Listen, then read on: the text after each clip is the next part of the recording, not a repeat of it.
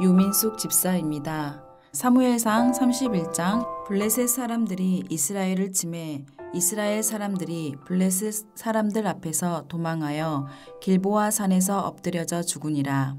블레셋 사람들이 사울과 그의 아들들을 추격하여 사울의 아들 요나단과 아비나답과 말기수아를 죽이니라.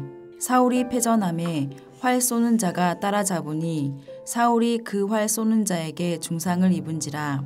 그가 무기를 든 자에게 이르되 내 칼을 빼어 그것으로 나를 찌르라.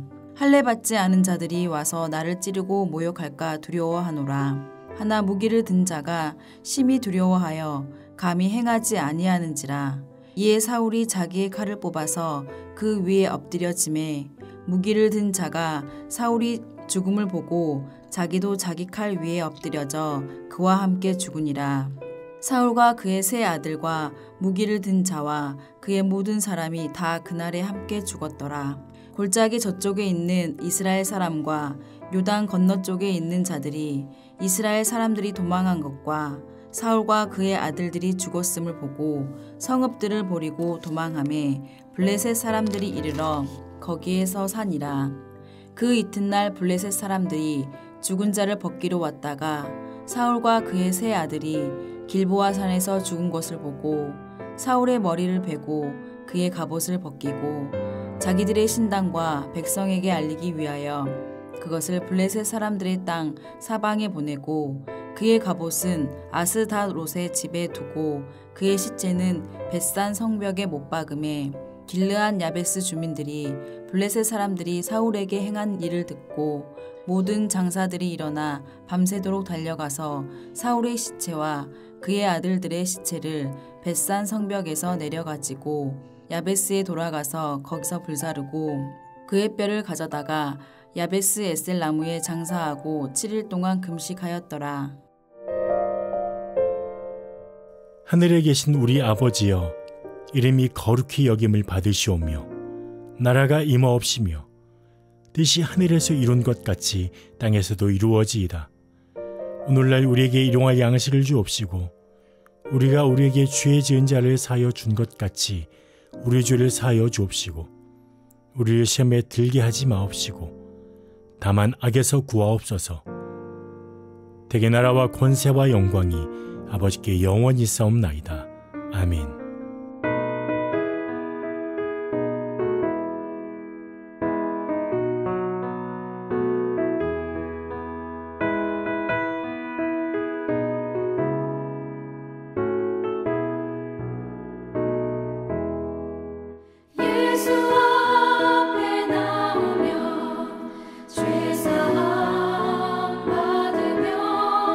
주의 품에 안기어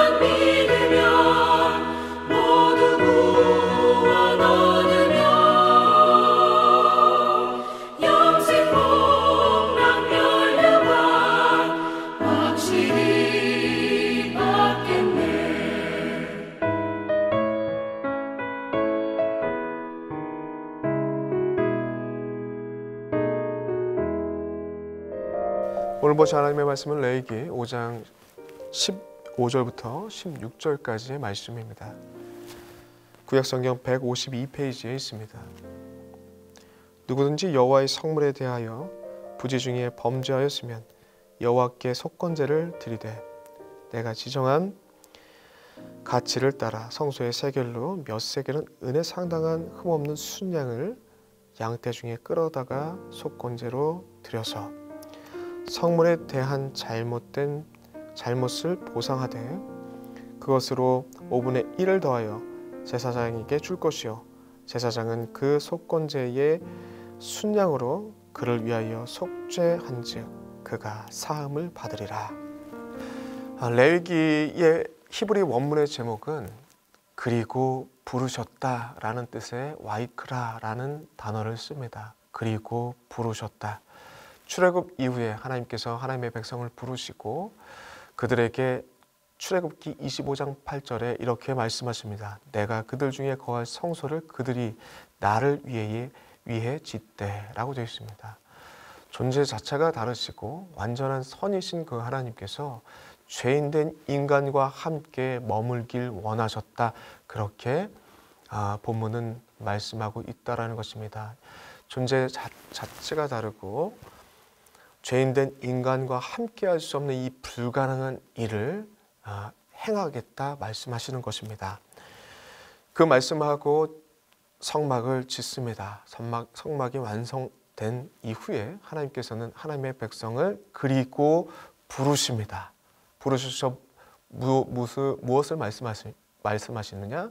레위기의 말씀을 통해서 이 성막을 중심으로 하나님과 함께 살아가는 규칙이 무엇이고 그리고 제도가 무엇인지 규칙과 제도를 통해서 그 약속을 따라서 행했을 때 하나님과 더불어 살 수 있다라는 메시지를 또한 레위기 전체를 통해서 우리에게 주고 있다라는 것이 레위기의 내용일 것입니다. 그 중에 1장과 7장 가장 먼저 언급되면서도 아주 중요하게 다루는 내용이 있습니다. 죄인된 인간이 하나님과 함께하는 그 불가능한 일을 가능케 하는 그 일은 어떻게 어떤 제도와 어떤 형식과 어떤 약속을 기반으로 이루어지는가에 대해서 아주 5대 제사를 통해서 분명하게 제시하고 있다는 것입니다. 5대 제사가 무엇입니까? 번제, 소제, 화목제, 속죄제, 속건제, 이것이 5대 제사입니다. 이 5대 제사가 공통적으로 담고 있는 의미는 무엇인가? 이 제도와 형식 안에 담겨 있는 이 약속 안에서 하나님과 더불어서 함께 할 수 있다라는 의미가 담겨져 있는데 이 의미는 고스란히 장차 오실 메시아를 통해서 메시아의 약속을 통해서 그 약속 안에 하나님과 함께 할 수 있다. 이 불가능한 일이 완전하게 우리에게 주어진다라는 것을 어떻게 보면 제시하고 있는 사인과 같은 기능을 하고 있다. 5대 제사가. 5대 제사가 가지고 있는 의미가 거기에 있다라고 말씀드릴 수 있습니다. 그리고 오늘 본문의 말씀을 보시면 이 기록된 5대 제사 중에 5번째 제사인 속건제를 다루고 있습니다. 이 속건제는 속죄제와 함께 의무제사입니다. 반드시 하나님의 백성들은 드려야 되는 제사입니다. 죄를 처리하는 방식에 대해서 다루고 있다는 점에서 속죄제와 속건제가 같은 의미를 갖고 있습니다. 그런데 속죄제는 무엇이고 속건제는 무엇인가에 대해서 성도님들이 굉장히 헷갈려 하실 줄 압니다. 근데 의외로 답은 간단합니다. 내가 범죄하였을 때 배상의 책임이 있는가? 어떠한 손해에 대한 내가 배상의 책임이 있는가에 따라서 있다면 속건제를 드리는 것이고 배상의 책임이 없다라고 한다면 속죄제를 드리는 것입니다. 그렇게 차이를 구분하시면 아주 쉽게 구분할 수 있을 것입니다. 좀 더 예를 들어보자면 주로 이제 10계명 중에 1계명부터 4계명의 그 내용을 내가 지키지 못하였다라고 생각되어지면 내 속에서 하나님 외에 다른 신을 의지한 것이 깨달아지거나, 그리고 어떠할 때는 하나님을 섬기듯이 어떠한 대상을 하나님처럼 섬기는, 그 우상을 섬기듯이 하고 있다면 이것이 깨달아지거나, 또한 여호와의 이름을 망령되이 부르거나, 또한 안식을 기억하여 거룩히 지키라는 하나님의 말씀을 지키지 못했거나, 이러한 일들이 발생이 되었을 때 누구에게 배상의 책임은 없지 않습니까? 이때 속죄제를 드린다는 것입니다. 반대로 속건제는 하나님과 사람과의 관계 속에서, 그리고 사람과의 관계 속에서 물질적인 배상의 책임이 따를 때 속건제를 드립니다. 먼저 하나님과 사람과의 관계 속에서 벌어지는 일들이라고 한다면 하나님께 드려진 그 감사의 제물들이 있지 않습니까? 또한 11조로 드려진 그 제물들을 잘못 사용하거나 잘못 이용한 경우가 발생이 되었을 때, 또한 하나님께서 구별한 그 성물에 대해서 잘못 사용한 일들이 벌어졌을 때, 피해를 끼쳤을 때 이 배상의 책임이 따른다는 것이죠.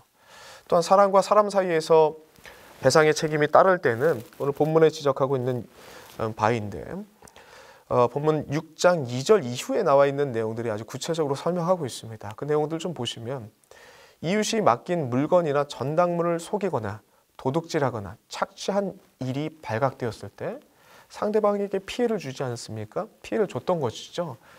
그렇기 때문에 배상의 책임이 따른다는 것이죠. 그리고 또한 사실을, 이 모든 착취한 사실을 알거나 도둑질한 사실을 알면에도 불구하고 부인하는 자, 그러니까 부인하다 걸린 자 또한 속건제를 드려야 하는 것이고, 3절을 보시면 남의 잃어버린 그 물건을 줍고도 사실을 부인하거나 거짓 맹세하였다가 발각되는 경우, 당연히 배상의 책임이 따른다는 것입니다. 이때 속건제를 드린다는 것이죠. 방식은 어떻게 드리느냐? 이 배상은 100% 환급을 해야 됩니다. 그리고 또한 20%, 5분의 1, 곧 20%를 더해서 총 120%를 환급해야 되는 것이고, 또한 흠없는 순양으로 속건제를 드려야 합니다. 이것이 속건제 제사의 방식이라는 것이죠. 이러한 배상의 책임이 따라오는 것이 속건제입니다. 그런데 그렇다면 여기서 한 번 더 질문을 좀 더 드리고 싶습니다. 그럼 왜 하나님께서는 이 아주 명확한 수치까지 언급하시면서 배상의 책임을 서로에게 지라고 말씀하시는 것일까요? 이 질문을 한번 드려보고 싶습니다. 속죄제와 다르게 굳이 속건제라는 것을 만들어서 배상의 책임까지 지게 하실까라는 것이 두 번째 여러분들께 드리고 싶은 질문입니다. 이 내용을 살펴보니까, 본문의 내용을 좀 살펴보니까 이 질문에 대해서 정리되는 바가 있었습니다. 두 가지로 좀 정리되는데, 첫 번째는 무엇이냐? 이 속건제 형식을 드리라고 하는 하나님의 의도와 의미가 무엇일까?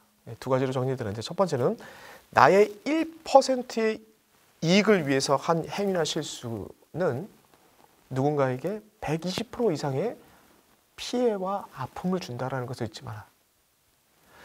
1%만큼 그 적은 이익을 위해서, 내 이익을 위해서 했던 행위나 실수가 남에게는 120%의 아픔과 슬픔과 피해를 준다라는 것을 잊지 말라.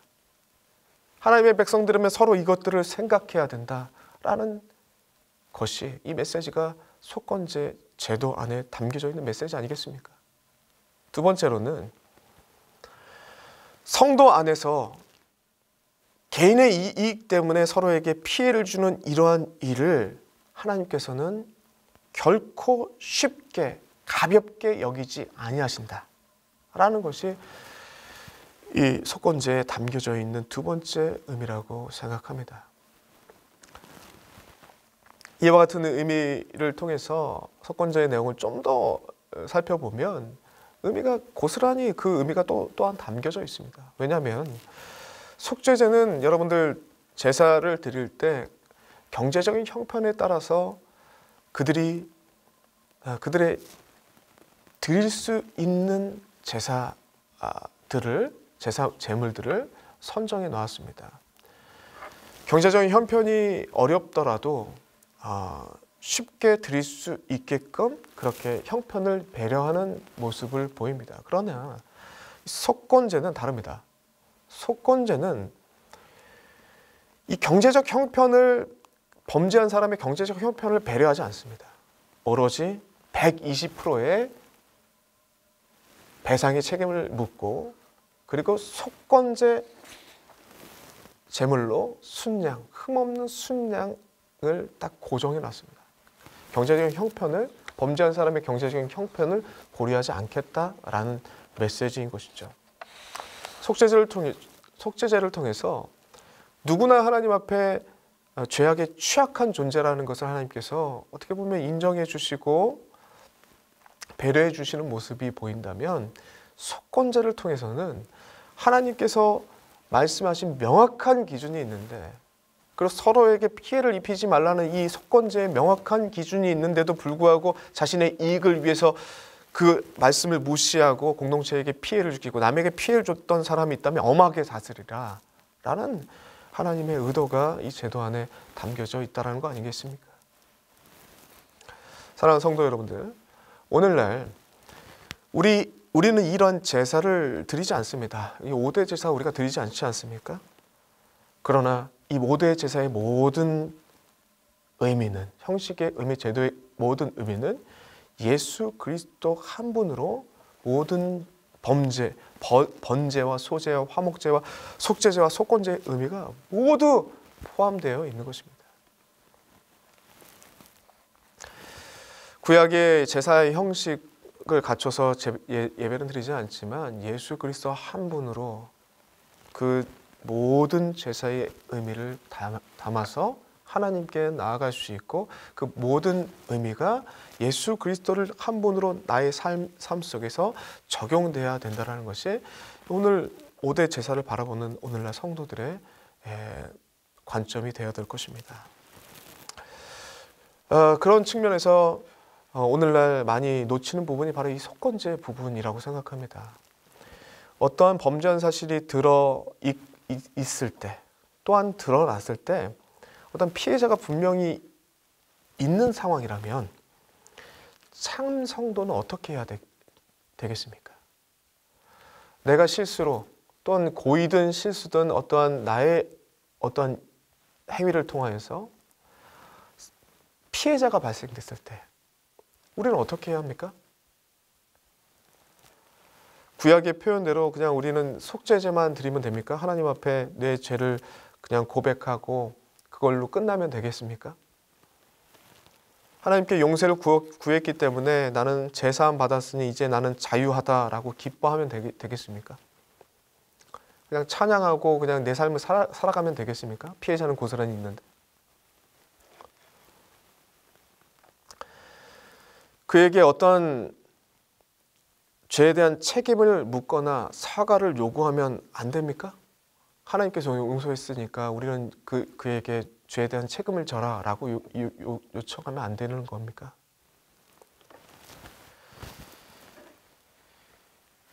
그리고 피해를 당한 사람, 그 사람은 무조건 하나님께서 저 사람을 용서했기 때문에 나도 그 사람을 용서해야 된다라고 억지스럽게 자신을 억압하고 참아야 되는 것입니까?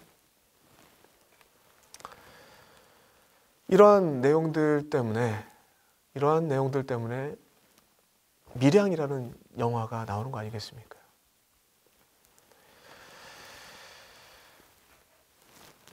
나의 잘못으로 인해서 피해당한 사람이 있거나 배상의 책임이 따른다면 우리는 속죄제의 개념으로 대하는 것이 아니라 오늘 본문의 말씀대로 속건제의 의미로 그 문제를 접근해야 될 것입니다.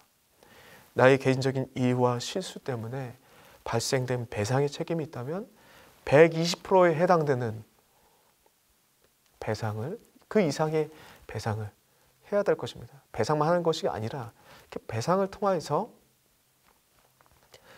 나의 이익 때문에 상대방이 120% 이상 받았던 그 아픔을 기억해야 될 것입니다.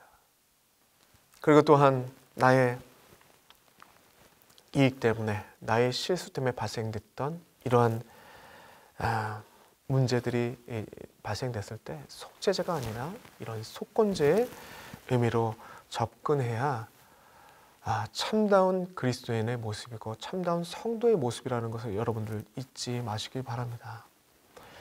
상대방도 하나님의 거룩한 백성이고 소중한 한 영혼 아니겠습니까? 그에게 상처를 입힌 것, 거기에 대한 책임은 반드시 우리에게 있다. 그걸 생각하는 사람들은 자연스럽게, 하나님의 마음을 생각한 사람들은 하나님께도 죄사함을 구하겠지만 하나님께서 귀하게 여기는 상대방에게 피해를 입힌 그 내용이 하나님의 마음을 기억했을 때 그에게 자연스럽게 120% 이상의 미안함과 120% 이상의 배상을 하고 싶은 마음이 자연스럽게 생긴다는 것이 참된 그리스도인의 모습이고 참된 성경의 정신이라는 것을 여러분들 잊지 마시기 바랍니다. 사랑하는 성도 여러분들, 우리가 성도로 불리고 있지만 완전하진 않습니다. 언제나 유혹에 빠지고 넘어지고 실수할 때가 있습니다. 그때마다 그 범죄함 속에 범죄함을 우리는 속죄제의 개념으로 나가야 될 것인지 아니면 속건제의 의미로 그 죄의 부분을 처리할 것인지에 대해서 아주 지혜롭게 명확하게 분별해야 될 것입니다. 그것이 하나님의 사람의 모습이고, 그렇게 할 때 하나님께서는 하나님께 기쁨되는 성도의 참된 모습이 된다는 것을 여러분 잊지 마시길 간절히 소망합니다. 기도하겠습니다. 하나님 아버지, 너무나도 감사합니다. 5대 제사를 통해서 우리에게 주신 하나님의 귀한 메시지를 들려주시니 감사합니다. 특별히 속건제를 통하여서 우리가 땅에서 죄를 범하였을 때 하나님 앞에 해결해야 될 죄가 있고, 또한 우리가 또 이웃과의 관계 가운데 배상의 책임이 따를 때 이웃에게 피해를 입혔을 때 하나님께서 귀하게 여기는 이웃에게 피해를 입혔다라는 그 개념을 생각하고 속건제로 접근하고 하나님의 마음을 품고 그들의 아픔을 공감하고 그들에게 진정한 사과를 할 줄 아는 참된 그리스도인의 모습으로 삼아 주시옵소서. 우리가 지혜롭게 그것을 분별할 수 있도록 주님 도와 주시옵소서. 예수님의 이름으로 기도드리옵나이다. 아멘.